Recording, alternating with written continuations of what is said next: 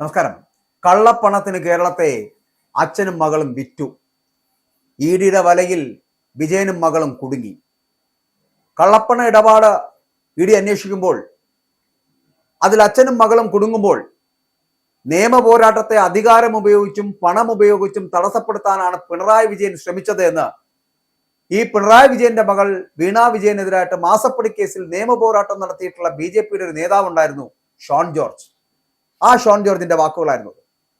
ഇപ്പോൾ പിണറായി വിജയന്റെ വസതിയിൽ ഇഡി എത്തുമ്പോൾ അതിൽ പ്രതികരിക്കാൻ കോൺഗ്രസുകാർ വരുന്നതിന് മുൻപ് ഷോൺ ജോർജ് എത്തി. കാരണം ഷോൺ ജോർജ് ആണ് ഇതിൽ നിയമ പോരാട്ടം നടത്തുന്നത്.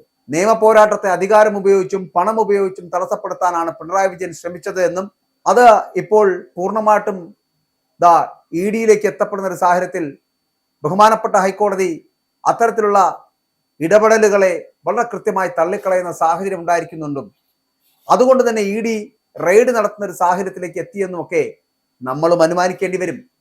കള്ളപ്പണ ഇടപാട് അന്വേഷിക്കേണ്ടത് ഇഡി ആണല്ലോ. പിണറായി വിജയനും മകളും ഈ കേസിൽ കുറ്റക്കാരാണ്.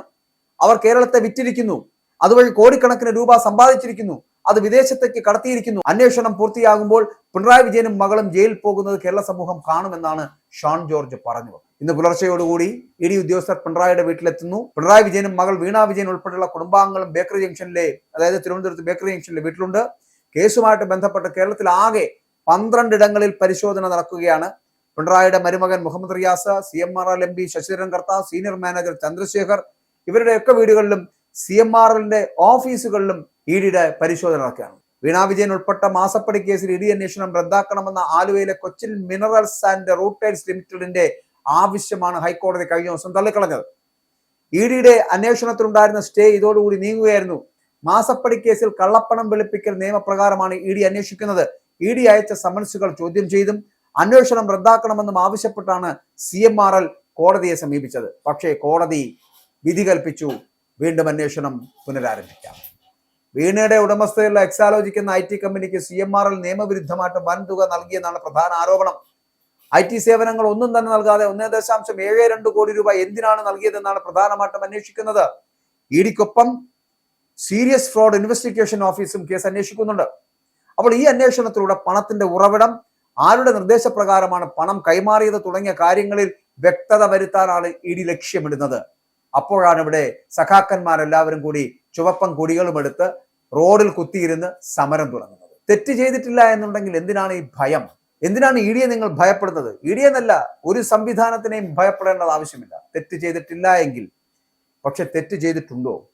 അതുകൊണ്ടാണോ ഇങ്ങനെ അന്തം കമ്മികളെ ഇറക്കി സഖാക്കളും നേതാക്കന്മാരും എല്ലാവരും കൂടി റോഡ് ഉപരോധിച്ച് സമരം നടത്തി? ഇത് ആരെ ഭയപ്പെടുത്താനാണ്? ഇഡിയെ ഭയപ്പെടുത്താനും അതോ ഇവിടുത്തെ സർക്കാരിനെ ഭയപ്പെടുത്താനും? തെറ്റി, വീണ്ടും നിങ്ങൾക്ക് തെറ്റുന്നു. ഇവിടെ സീരിയസ് ഫ്രോഡ് ഇൻവെസ്റ്റിഗേഷൻ ഓഫീസ് അന്വേഷണം നടത്തുന്നതിനാൽ തന്നെ ഇഡിയുടെ അന്വേഷണം ആവശ്യമില്ലെന്നാണ് CMRL വാദിച്ചിരുന്നത്. കേസിൽ ആദായ നികുതി വകുപ്പും SFIOയും നടത്തിയ അന്വേഷണങ്ങളിലും കൈമാറിയ തുകയ്ക്ക് സേവനം നൽകിയിട്ടില്ല എന്നുള്ള കണ്ടെത്തലാണ് നടത്തിയിരിക്കുന്നത്. എറണാകുളത്തും ബംഗളൂരുവിലുമൊക്കെ രജിസ്ട്രാർ ഓഫ് കമ്പനീസ് നടത്തിയ അന്വേഷണങ്ങളിലും എക്സാലോജിക്കിനെതിരായിട്ടുള്ള കണ്ടെത്തലുകളാണ് ഉണ്ടായത്. ഇഡി അന്വേഷണത്തിന് ബംഗളൂരു രജിസ്ട്രാർ ശുപാർശയും ചെയ്തിരിക്കുന്ന സാഹചര്യം ഉണ്ടായിരുന്നു. എന്നിട്ടും ഇവിടുത്തെ സഖാക്കൾ പറയുന്നത് ഈ അന്വേഷണമൊക്കെ നടത്തിയിരിക്കുന്നത് കഴിഞ്ഞ ദിവസം സതീശൻ പ്രധാനമന്ത്രിയെ കണ്ട് പറഞ്ഞതുകൊണ്ടാണ്. എത്ര ബാലിശമായിട്ടുള്ള വാദങ്ങളാണെന്നെ. നമുക്കൊരു കോൺഗ്രസ്സുകാരനെയും ഒരു കോൺഗ്രസ് സർക്കാരിനെയും അലക്കി വെളുപ്പിക്കേണ്ട ആവശ്യമില്ല. പക്ഷെ ചിലത് പറയുമ്പോൾ ഉളുപ്പ് വേണ്ടേ? ഉളുപ്പുണ്ടാകണ്ടേ സഖാവേ?